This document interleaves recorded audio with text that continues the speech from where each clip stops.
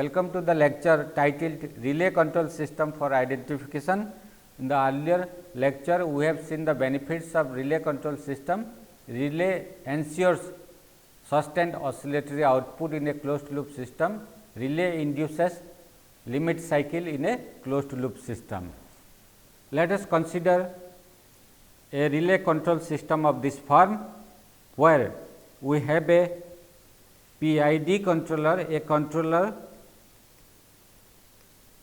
in the feed forward path and a relay also there in the feed forward path, whereas we have got two switches, one switch over here, another switch over here.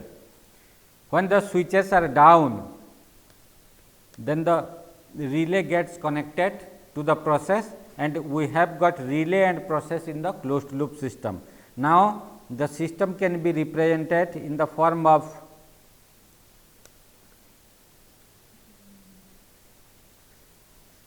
relay, process, and then we have got output. Now, this is what we have got now. This type of system is known as autonomous relay control system. There is nothing beyond the process and the relay in the closed loop system. Now, using this, initially the parameters of models of a process are estimated. So, using this relay control system, autonomous relay control system, process dynamics, information on process dynamics are acquired. Then, based on the parameters of the process model, PID parameters are set. So, this scheme is known as offline tuning of PID controller. In the offline tuning of PID controller, what is basically done? Initially, relay is switched on to acquire the process information. Using the process information, parameters of the PID controllers are set. Then, the switch is moved upward and it gets connected, here disconnected, and the closed loop system becomes a PID and a process, output and negative feedback. So, this is the scheme we get. So, in the offline tuning of PID controllers, a relay is connected in parallel with a controller, but a switch is provided. Either the controller or the relay will be in operation at any instant of time. Both cannot be present at any instant of time. So, either the relay is to be connected or the controller is to be connected with the process, and this scheme of identification is known as offline tuning or offline. This scheme of identification and control of a system is known as offline tuning of PID controllers. Let us see some other scheme. We have got also online tuning scheme, where the controller and the relay are connected in parallel. Now, the controller is always present in the closed loop operation. So, the process is subjected to the controller throughout its operation. This is the beauty of online tuning schemes, where the process information is acquired by switching on the relay momentarily. So, when I switch on the relay, that time the output of the process will be subjected to sustained oscillation. So, when the output is at some steady state value, over that steady state value there will be oscillation. Suppose this is the performance curve, then when the relay is switched at this instant, then we shall have sustained oscillatory output, and using this information, this signal, model transfer function model or model working model, either it is time domain or frequency domain model of a process is obtained, and based on the model information, or the based on the parameters of a model, parameters of the controllers are set. So, the controller parameters are tuned as and when required. For that one can keep some checks. Suppose whenever this error signal goes beyond some specified values, then in that case the relay can be switched on and process information can be acquired, and based on the updated process information the PID parameters are updated. This is what is done in online tuning of PID controllers. So, design of controllers we have already studied in our previous lectures. Now, focus will be made on identification of the process dynamics using offline and online tuning schemes. Now, let us come to this simulation diagram.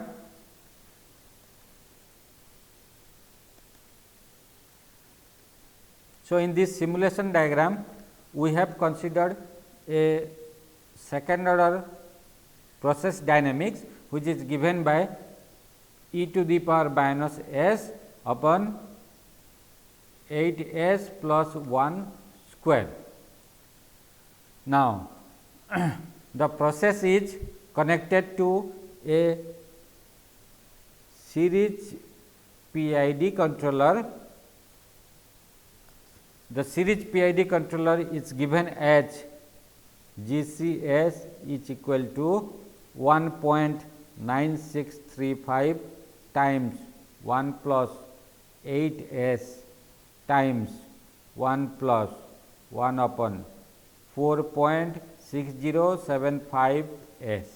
So, the process has been subjected to a PID series PID controller.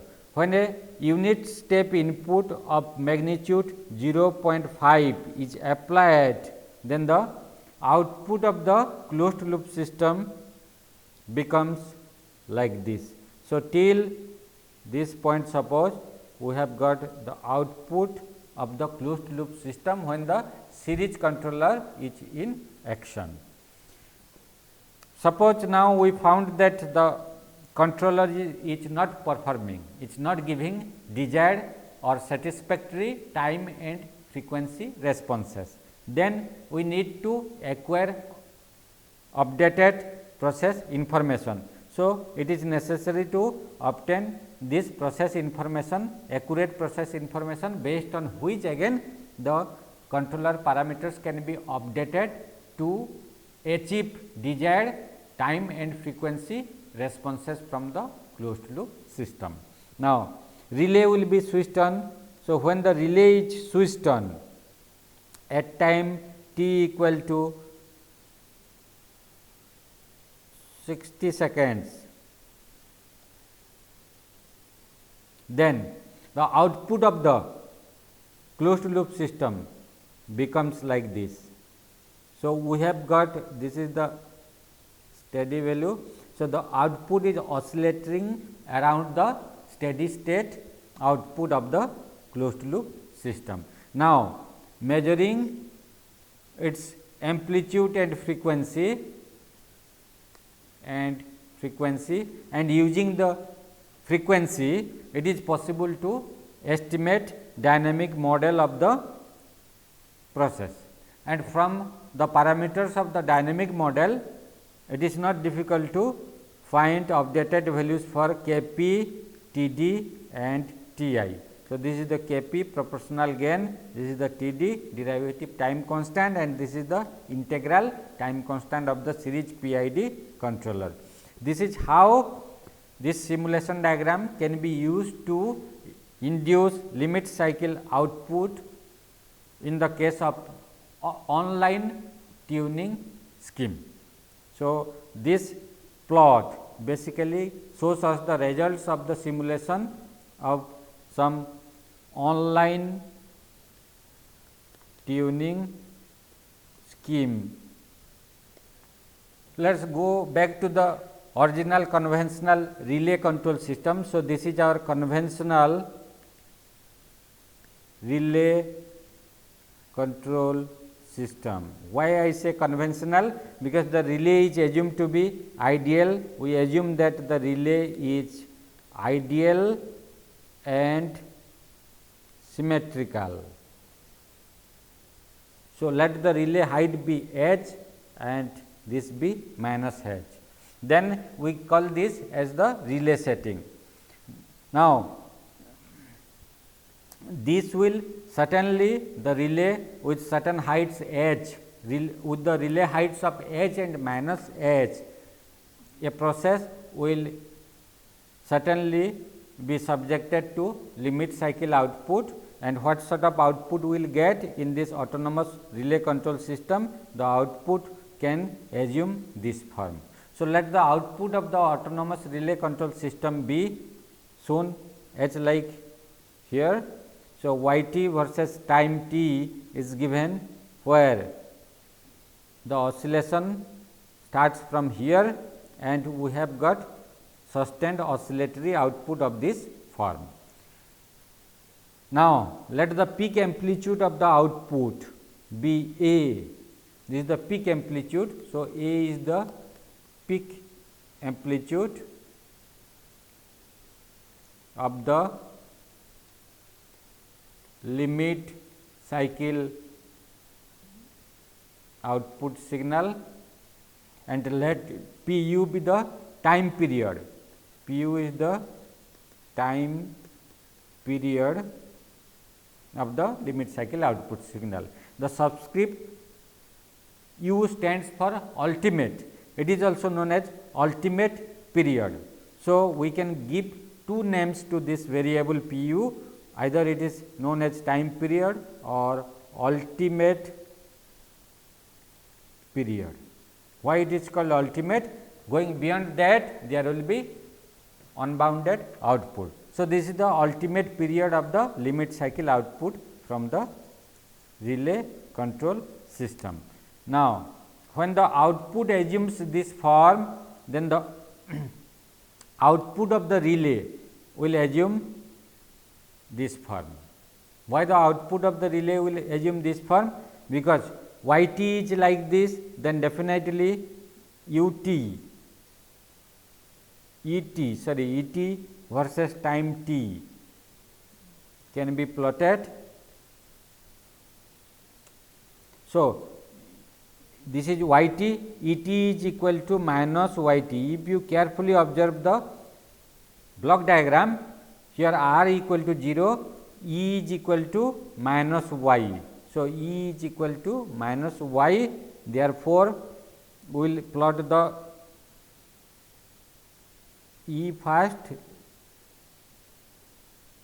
So, when the E takes this shape, then when the, as per the relay is a device which gives us, if you look at when the input is negative, the output will be, output of the relay will be less to some minus h value. So, when the input is negative for this span of the input, relay input, the relay output will be like this. Similarly, for the positive span of the relay input, the relay output will be like this. Thus, we get rectangular pulses as output of the relay. So, we get typical closed loop output, relay output from a conventional relay control system. So, please keep in mind, whenever there will be conventional closed loop relay control system, the output will definitely assume some form which will be of the form of limit cycle, and the output of the relay will be of rectangular or square shapes. Next, some characteristics of relays will be studied. What we have done, an ideal on off relay is placed in the feedback loop, then the output lags behind the input by pi radians.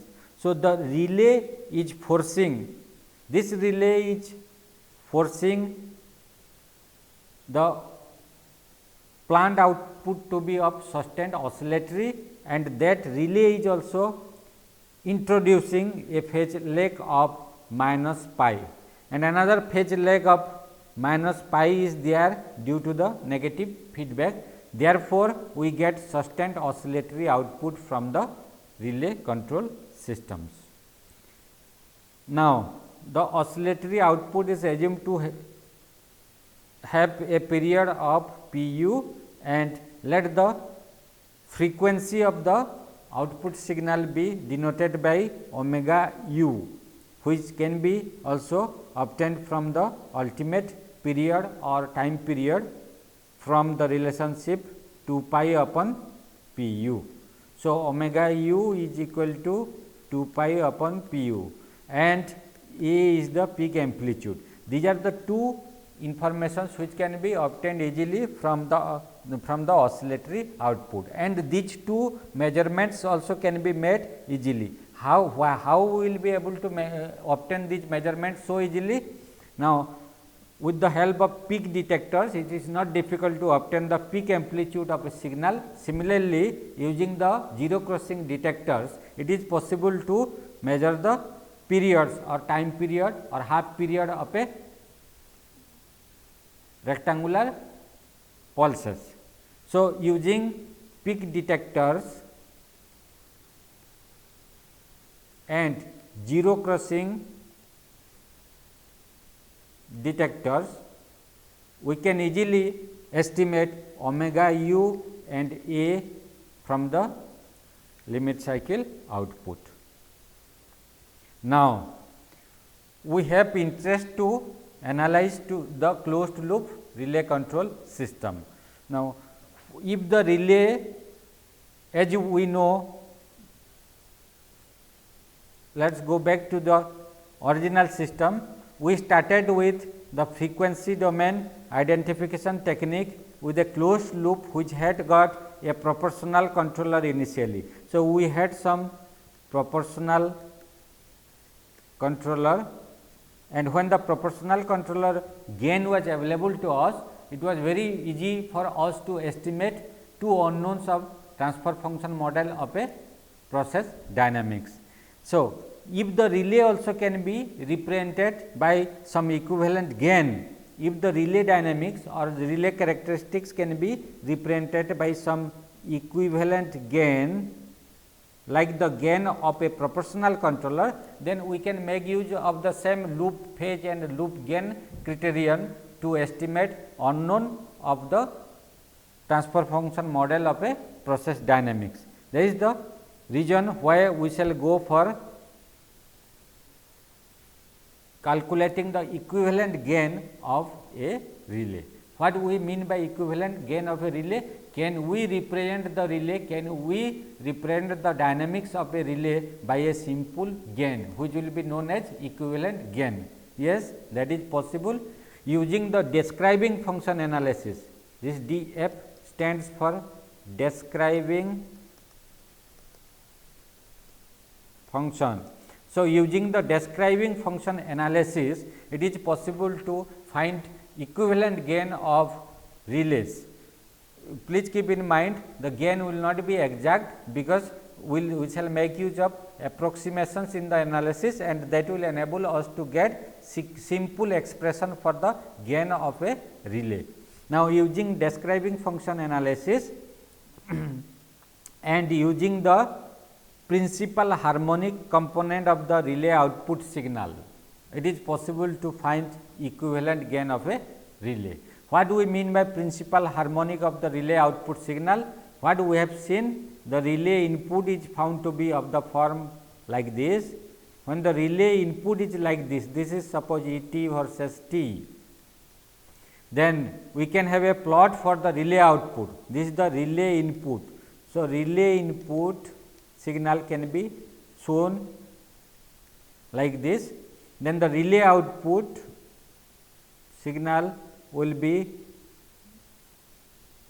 of this form. So, it is our u t versus t. Now, If I carefully observe this relay output signal, basically these are rectangular or square pulses, therefore, it contains all harmonics, infinite number of harmonics are present in this signal. Now, this signal can be analyzed using some techniques. Now, using the Fourier series technique, definitely the rectangular pulses can be represented by infinite number of sinusoidal terms. So, if we concentrate on the principal harmonic or fundamental harmonic component of the output signal, then we can get the equivalent gain of a relay. So, this signal ut can be made up of infinite number of terms. I can try with a simple one first, then let us go to third harmonic components, then we will have fifth harmonic components, and so on infinite number of terms when added, that will give us a rectangular pulse. So, when we use only the principal harmonic component of the relay output and relay input and ratio of the two, then we get the describing function of a relay. So, the describing function of a relay N A can be given as 4 h upon pi a, where h is the relay height, h is the relay height. So, h is the relay height and E is the peak amplitude of the relay input signal.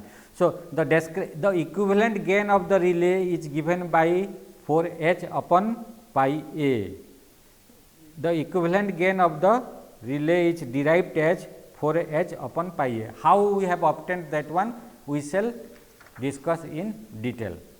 Let the output of the relay, in this case the nonlinear element is a relay. For our case, we have employed a nonlinear element named as relay. Therefore, let the output of the relay be expressed as ut is equal to a 0 plus sum of n from 1 to infinite a n cos n omega t plus b n sin n omega t, where a n is further defined as 1 upon pi integration from 0 to 2 pi u t cos n omega t d omega t, and b n defined as 1 upon pi integration from 0 to 2 pi u t sin n omega t dt. So, this is the Fourier series expansion of the rectangular pulses u t. Let us go back to the signal level again. What we are having? Basically, we have a relay, the input to the relay is E t, the output from the relay is u t. Now, E t is given as some sinusoidal signal like this, then let us assume this amplitude to be A. Therefore, the input to the relay can be represented by A sin omega t. The output of the relay are rectangular pulses now, which has got infinite number of terms like this. So, this is u t versus t, and here you have got E t versus t. So, we have got infinite number of terms for u t. When we concentrate on the principal harmonic component only, then u t becomes u t is equal to b 1 sin omega t. When we concentrate on all the terms which gives us rectangular pulses, then u t expression for the u t becomes u t is equal to summation of n from 1 to infinite b n sin n omega t. Now, keep in mind a 0 and a n are 0, because we have got symmetrical output. The input is also symmetrical, the output is also symmetrical. They are not only symmetrical, they have odd symmetricity also, that is why both the coefficients a 0 and a n are 0. Now, the principal harmonic component of the output signal, relay output signal, can be given as u t is equal to b 1 sin omega t, where b 1 is equal to 4 h by pi. Please keep in mind the b coefficients are computed and found to be b n is equal to 4 h upon n pi for n having odd values, odd numbers from 1, and b n is equal to 0 when n assumes even numbers starting from 2. So, when b 1 is equal to 4 h by pi, I get u t as 4 h by pi sin omega t, but the input to the relay E t is a sin omega t. Now, describing function is nothing but the ratio of the principal component of the output signal to the input signal. Therefore, the equivalent gain of the relay,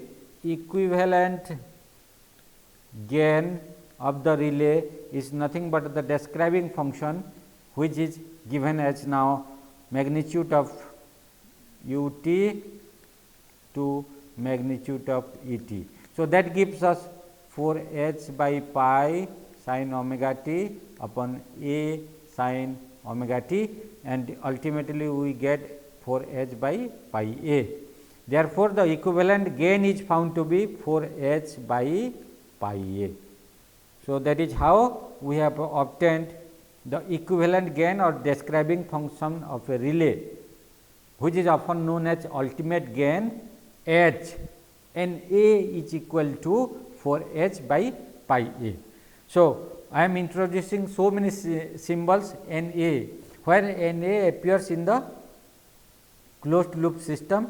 Let me go to this page and let me explain. So, we have got the autonomous relay control system given by a summer, then we have got the relay over here, then we have got the process, then output and negative feedback.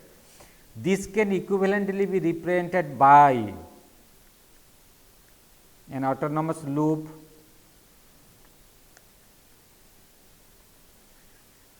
with a gain of 4 h by pi a p y. So, this equivalent closed loop system very much looks like the closed loop system we had with a proportional controller. So, as if we have a proportional controller in the closed loop. So, imagine that we have got a proportional controller in the loop, then the frequency domain based identification technique can be made use of now to estimate unknown parameters of specific transfer function models of a process. Now, this is the N a. The relay is represented by the describing function N a. Now, let us have the Nyquist curve of the process dynamics and minus 1 upon N a. Go back to this. What we have in the relay control system now? This is our relay control system.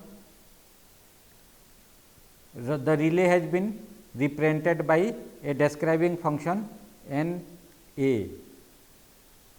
So, the loop gain is nothing but N a times G s in frequency domain. So, this can be plotted, the loop can be plotted and the Nyquist curve can be obtained. Now, individually we can plot the Nyquist curve of the process dynamics. Suppose the Nyquist curve of the process be given by this one, then the describing function can be plotted also. So, when I take the plot of minus 1 upon N a, why we are doing like that? Because we know that for the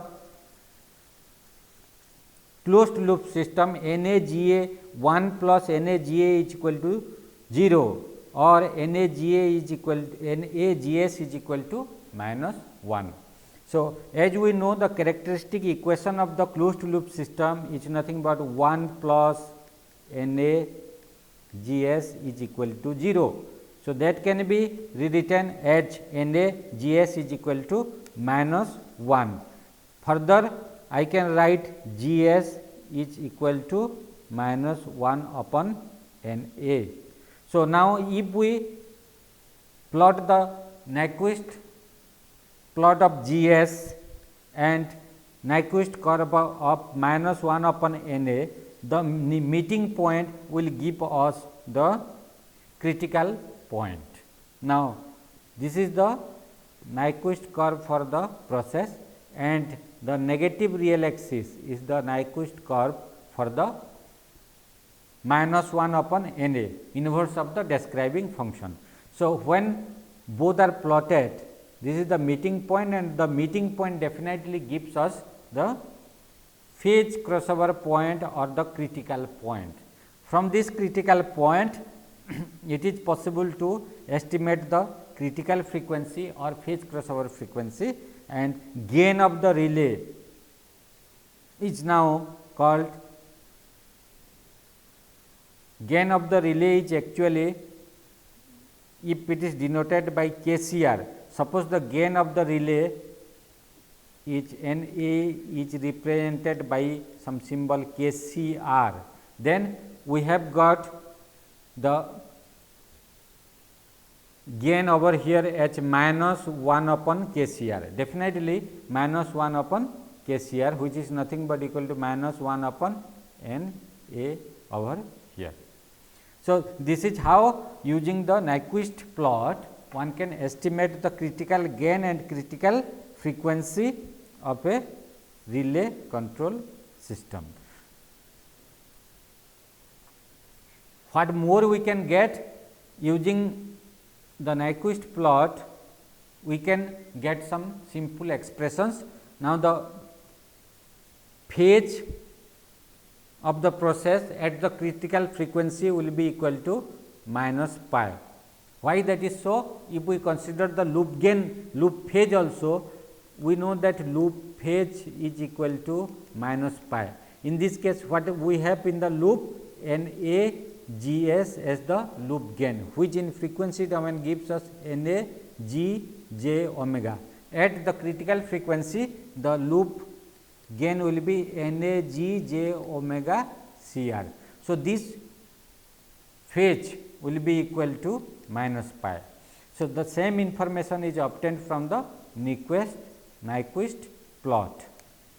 Again, the gain of the critical gain of the relay. So, the critical gain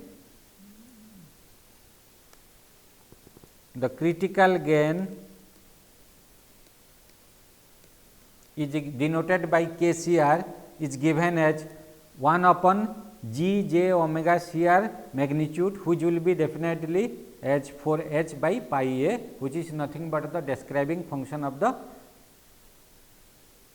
relay. Now, why that is so? If we go back to again the loop gain has to be 1. Again I will write the same thing. We have got N A G J omega C R magnitude is equal to 1, which will give us the N A is equal to 1 upon G J omega C R magnitude, but N A is denoted by KCR, therefore, KCR is equal to N A is equal to 1 upon G omega C R magnitude, the magnitude of G J omega C R inverse. Now, all these things can be made use of later on to estimate unknown parameters of a transfer function model of a process dynamics.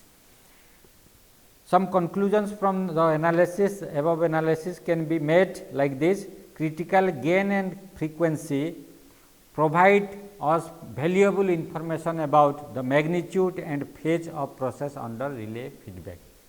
So, the critical gain and frequency bear same information as the information we get from loop gains and loop phase. Using the above information, an equivalent transfer function model of the process can be estimated. Now, we shall go to the varieties of process model. When we talk about process models, what are process models for the case of identification of process dynamics? We have imagine we have a real time system or real time process. It has its own dynamics. I do not know the dynamics of the real time process. So, initiating some tests either in frequency or in time domain, we can measure input and output parameters of the closed loop system or of the process or relay individually, and then we should be able to get enough information about the process, real time process.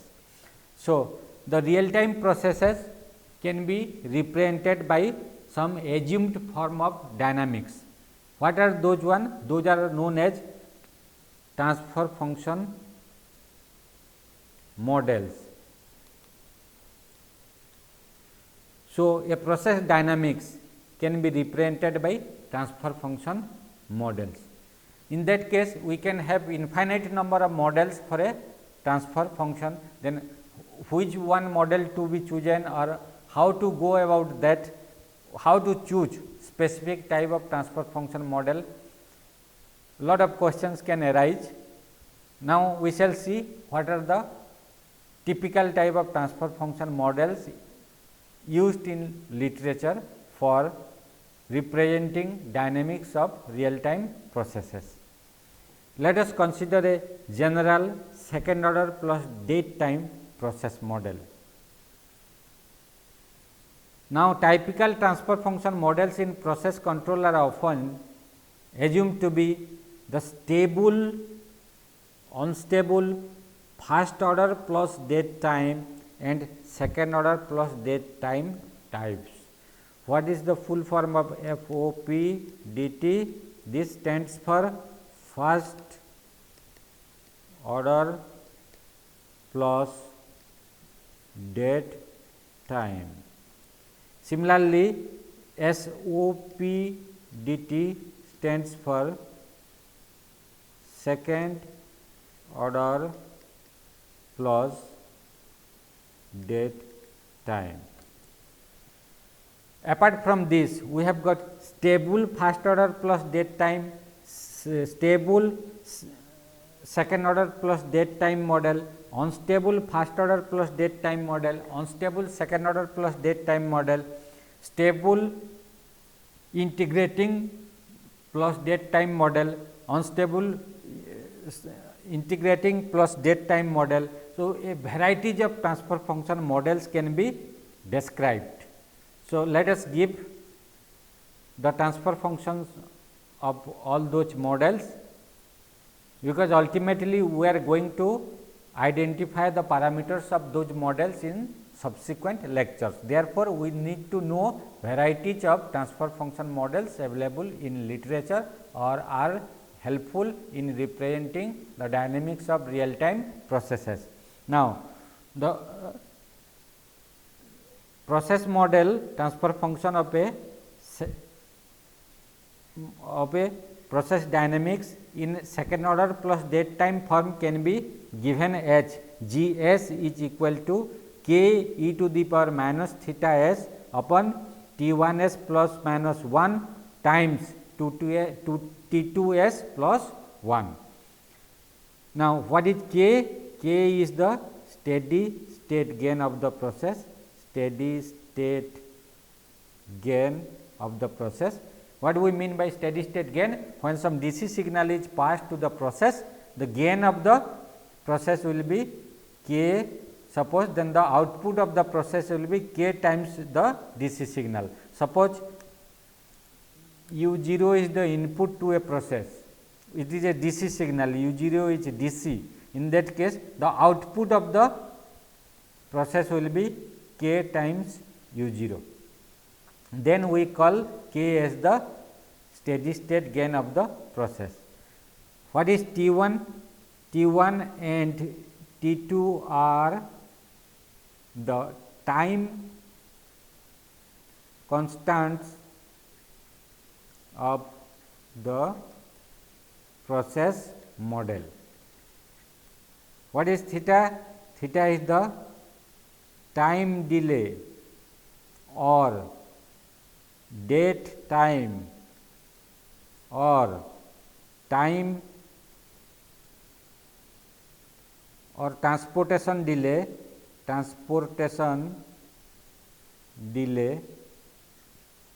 associated with a process. So, after introducing all those unknowns or all those variables in a second order plus date time model, let us see how we will be able to obtain varieties of process models from this general second order plus date time process model. Why this is known as general second order plus date time model? Because by setting various values for k, theta, T1 and T2, it will be possible to obtain a variety of transfer function models from this general second order plus date time process model. So, when theta equal to 0, then Gs gives us k upon T1s plus minus 1, T2s plus 1, an all pole transfer function model. When we have got T1 plus 1 in the denominator, we have got an all pole second order stable transfer function model. So, we have got a stable second order transfer function model of all pole form. When we have got in the denominator T1s minus 1 over here, T1s minus 1, then we have got an all pole unstable second order transfer function model. So, by the setting of theta equal to 0, we have been able to get stable and unstable second order transfer function model, all pole transfer function model. Now, when theta is equal to 0 and T2 is equal to 0, then Gs becomes k upon T1s plus minus 1, which can give us transfer function models for all pole first order transfer function model, and the transfer function can be stable or unstable depending on the sign positive or negative in the denominator. Now, limiting the value of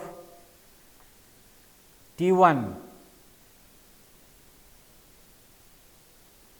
to infinity. Suppose T1 is very large, such that k upon T1 is finite. Then what Gs will be? Now, Gs can be represented as k e to the power minus theta s upon T2s plus 1. So, when T1 is very large and T1 inverse k is finite, at that time we get a transfer function which is often known as a stable first order plus date time model. Similarly, when T2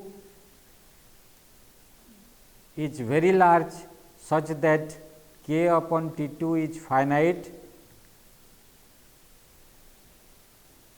and Gs is obtained as k e to the power minus theta s upon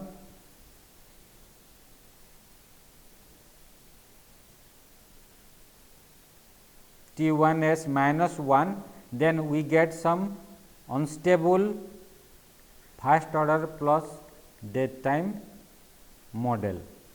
So, thus it is possible to obtain stable and unstable first order plus date time models with a suitable choice of T2 and T1. Next, when T1 tends to infinity and again k upon T1 is finite. In that case, what we get? We get a transfer function model G s is equal to k e to the power minus theta s upon T1 s T2 s plus 1.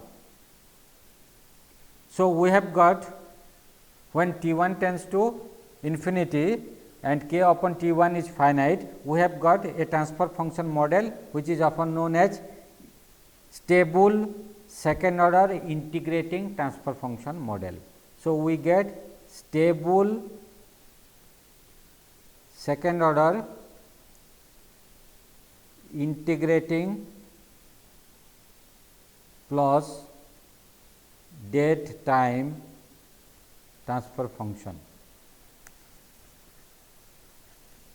Now, when T1 and T2 tends to infinity or becomes very large, T1 tends to infinity, T2 tends to infinity such that k upon T1 and k upon T2 are finite, then we get integrating process models, integrating process models. But when T1 is 0, then we get stable first order plus date time model. So, when T1 is 0, T1 is equal to 0, then we get G s is equal to k e to the power minus theta s upon T2 s plus 1. So, thus we get some stable first order plus date time transfer function model. When T2 is equal to 0, when T2 is equal to 0, we get a transfer function of the form k e to the power minus theta s upon T1 s plus minus 1. Therefore, that gives us stable or unstable first order plus date time transfer function model. So, with the choice of proper choice of T1, T2, k, theta, it is always possible to get a varieties of transfer function models from this general second order plus date time process model. Now, this general second order plus date time model, when T2 becomes 0, gives us the stable or unstable first order plus date time models. Similarly, when T1 and T2 are complex, this is very important. When T1 and T2 assume complex values or complex numbers, when T1 and T2 become complex numbers, at that time we get a stable or unstable underdamped second order plus date time transfer function models. To obtain underdamped transfer function models, T1 and T2 must be complex numbers. Again, for integrating first order plus date time and second order plus date time process models, T1 should be a large value such that k upon T1 is a finite constant. So, using all these, it is possible to get a varieties of transfer function models from the general second order plus date time process. Are there any other type of representations? Yes, we have got a varieties of representations, not only like this. For processes with time significant time lags, the representations are given in the all pole forms.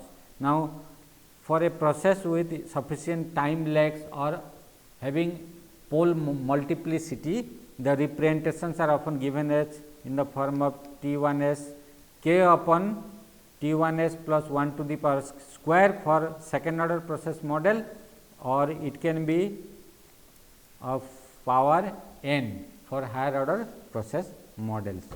Now,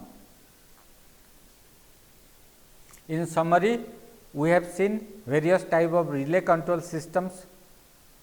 We have discussed two type of relay control systems, often known as offline and online relay control systems, which are used for not only identification of process dynamics, but also for offline and online tuning of controllers. Again, we have discussed describing function approximation of relay. Describing function approximation of relay enables us to make use of the critical gain and critical phase in estimating unknown parameters of a process model. A second order plus date time transfer function model is introduced, which is general in nature. It is general in the sense, it has got generality in the sense that the same second order plus date time transfer function can be used for representing stable and unstable, integrating underdamped processes. Also, the same general second order plus date time transfer function model can be used for representing a variety of transfer function models. Those transfer functions can be stable, unstable, integrating, resonating, and so on. Points to ponder. First point could be like this: why is the describing function approximation to relay is necessary? It is easier to estimate the unknown parameters of an assumed transfer function model with relative ease when the relay is described by an equivalent gain, when the relay dynamics is available in the form of equivalent gain. Second point is, can the second order plus date time transfer function model represent a variety of process dynamics? Yes, it can represent a whole varieties of process dynamics often encountered in process industries with suitable choices of values for the variables of second order plus date time process model. It is possible to obtain stable, unstable, integrating, resonating process models with or without time delays and time lags. That is all in this lecture.